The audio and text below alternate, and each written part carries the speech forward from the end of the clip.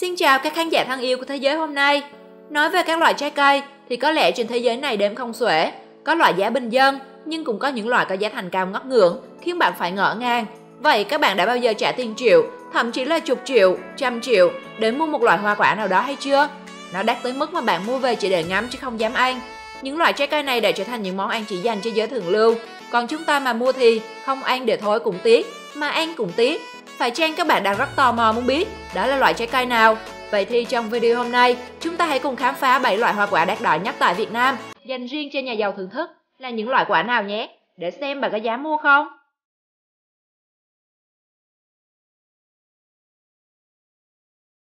7. Hồng giòn.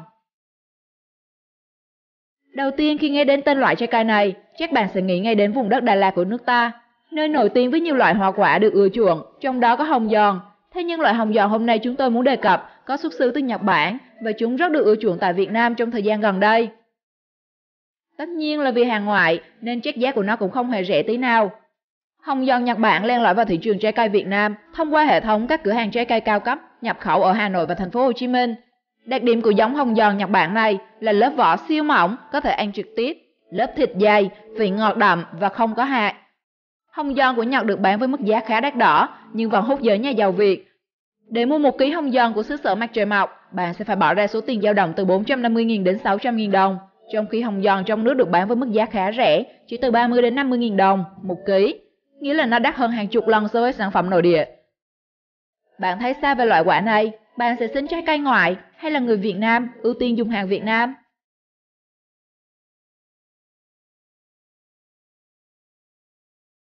6. Dưa hấu không hạt. Có lẽ chúng ta đều biết dưa hấu là loại quả giải nhiệt mùa hè khá là quen thuộc, và trong khi phần lớn dưa hấu trên thị trường nước ta hiện nay có giá khoảng từ 10.000 đến 30.000 đồng 1 kg, thậm chí có lúc giá dưa hấu nước ta còn rẻ đến mức nhiều địa phương phải thực hiện chiến dịch giải cứu dưa hấu.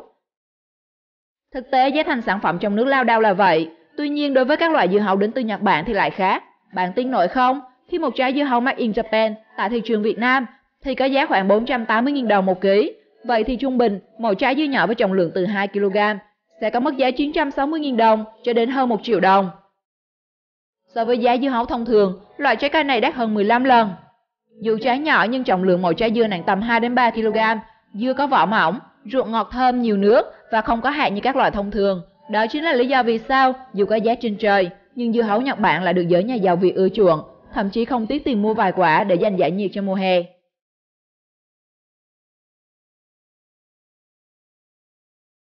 5. Đào tiên. Một loại quả mà vừa nghe đến tên, chắc như bạn sẽ nghĩ ngay đến bộ phim Tây Du Ký. Thực ra đào tiên là loại quả vốn không xa lạ với người Việt. Đặc biệt hàng năm từ tháng 6, loại trái cây này bắt đầu vào vụ và được bán với giá 50.000 đến 90.000 đồng 1 kg, mặc dù số lượng trồng không nhiều và không có hàng để bán. Giá của đào Đà Lạt, đào Sapa cũng chỉ bằng 1/10 hàng Nhật. Bên cạnh loại đào vàng nổi tiếng thì đào hồng của Nhật khá giống với đào Tôn Ngộ Không của Trung Quốc khi về Việt Nam, cũng có mức giá lên đến 2 triệu đồng 1 kg. Mặc dù giá khá là chát, thế nhưng nhiều thực khách Việt giàu có vẫn mạnh tay chi để mua làm quà biếu hoặc để gia đình thưởng thức. Bởi trong khi đào Việt có vị ngọt ngọt, chua chua thì đào Nhật thịt dày, trắng giòn, thơm dịu nức lòng người, cùng vị ngọt mát tràn ngập cả khoang miệng khi thưởng thức. Theo giới sành Anh, sở dĩ đào Nhật đắt gấp mấy chục lần hàng Việt là nhờ công trồng trọt và chăm sóc tỉ mỉ. Dù không biết ăn loại đào tiên này có trường sinh bất tử hay không, nhưng với giá 2 triệu đồng chỉ vài quả thì chắc không phải ai cũng có thể ăn được loại quả này. 4. Vải Royal Miyazaki. Nhắc đến vải, Việt Nam có thể được xem là thủ phủ của loại quả này. Vải thiều nước ta được đánh giá là có chất lượng ngon nhất thế giới. Ngoài tiêu thụ trong nước, vải thiều của Việt Nam được xuất đi rất nhiều nước trên thế giới như Úc, Mỹ, châu Âu, Hàn Quốc và cả Nhật Bản. Thế nhưng ở trong nước, vải thiều lục ngạn được bán với giá đắt nhất là 200.000 đồng một hộp 12 trái, thì ở thị trường Nhật, quả vải lại có giá bán cao ngất ngưỡng, khiến chúng ta không khỏi chắc lưỡi hít hà khi bỏ tiền mua nó, thậm chí là mua rồi cũng sẽ tiếc không dám ăn. Đó là giống vải Royal Miyazaki ở vùng đất nổi tiếng trồng nhiều trái cây ngon, độc, lạ của Nhật Bản. Điểm ăn tiền của loại vải này là nó không có hạt, vỏ dày màu đỏ ruby rất đẹp mắt, vị ngọt liệm đi vào lòng người. Loại vải này đã xuất hiện ở Việt Nam cách đây không lâu, nó được bán theo hộp 200g, mỗi hộp có 8 quả. Thế nhưng bạn phải bỏ ra mức giá 1 triệu đồng để đổi lấy 8 quả vải. Như vậy tính ra là mỗi quả vải có mức giá 125.000 đồng. Và 1 kg vải sẽ có mức giá lên đến 5 triệu đồng, đắt gấp hàng trăm lần giá vải thiều của Việt Nam. Còn so với loại vải hữu cơ đóng hộp VIP của Việt Nam thì vải Nhật đắt hơn gấp 10 lần. Chính vì điều này mà chúng tôi xếp nó vào những loại hoa quả đắt đỏ nhất Việt Nam, chỉ dành cho nhà giàu thưởng thức.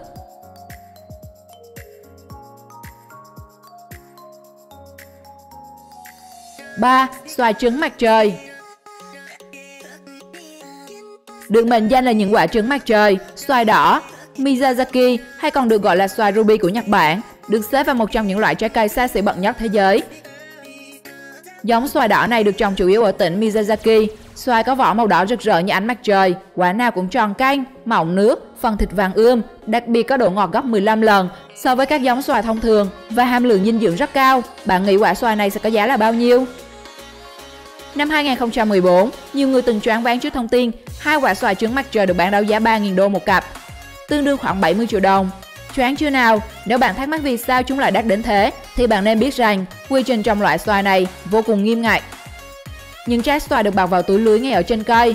Trái xoài chín đến độ là sẽ rụng vào chiếc túi lưới, bọc xung quanh nó và đưa đến tận tay người tiêu dùng mà không qua bất kỳ quá trình xử lý nào có liên quan đến hóa chất.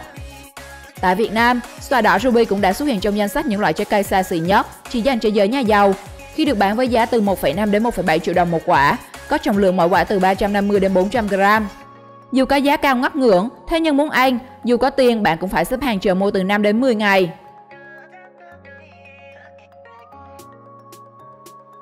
2. Nho Ruby Roman. Một loại nho có 102 trên thế giới với cái tên gọi rất mỹ miều, Ruby Roman hay còn gọi là hồng ngọc La Mã.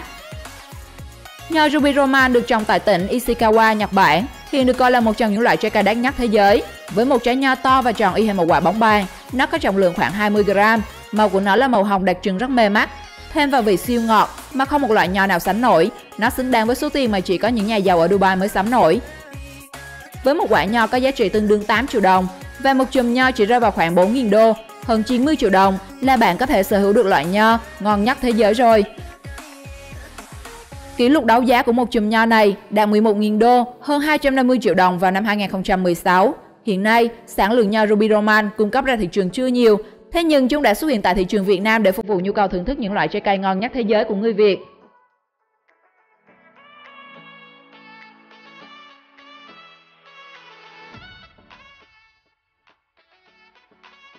Một. Dưa lưới Yubari.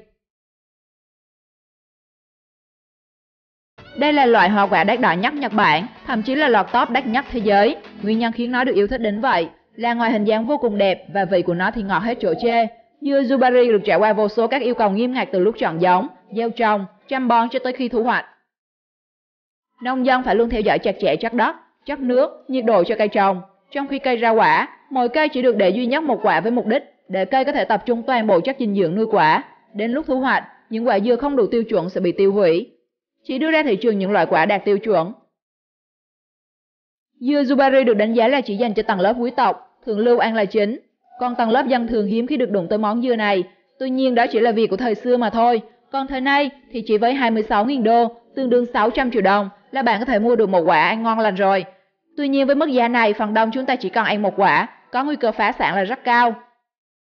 Chất lượng tuyệt vời của chúng đều khiến nhiều người thèm thuồng, nhưng không phải ai cũng có cơ hội được nếm bởi mức giá quá cao của chúng.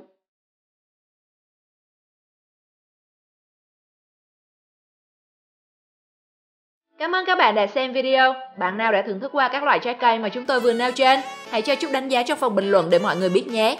Các bạn cũng có thể giới thiệu thêm những loại quả đắt tiền khác để mọi người tham khảo. Hãy like và share video nếu bạn thích nội dung hôm nay. Và đừng quên đăng ký theo dõi kênh để được xem các video mới nhất của Thế giới hôm nay. Xin chào và hẹn gặp lại!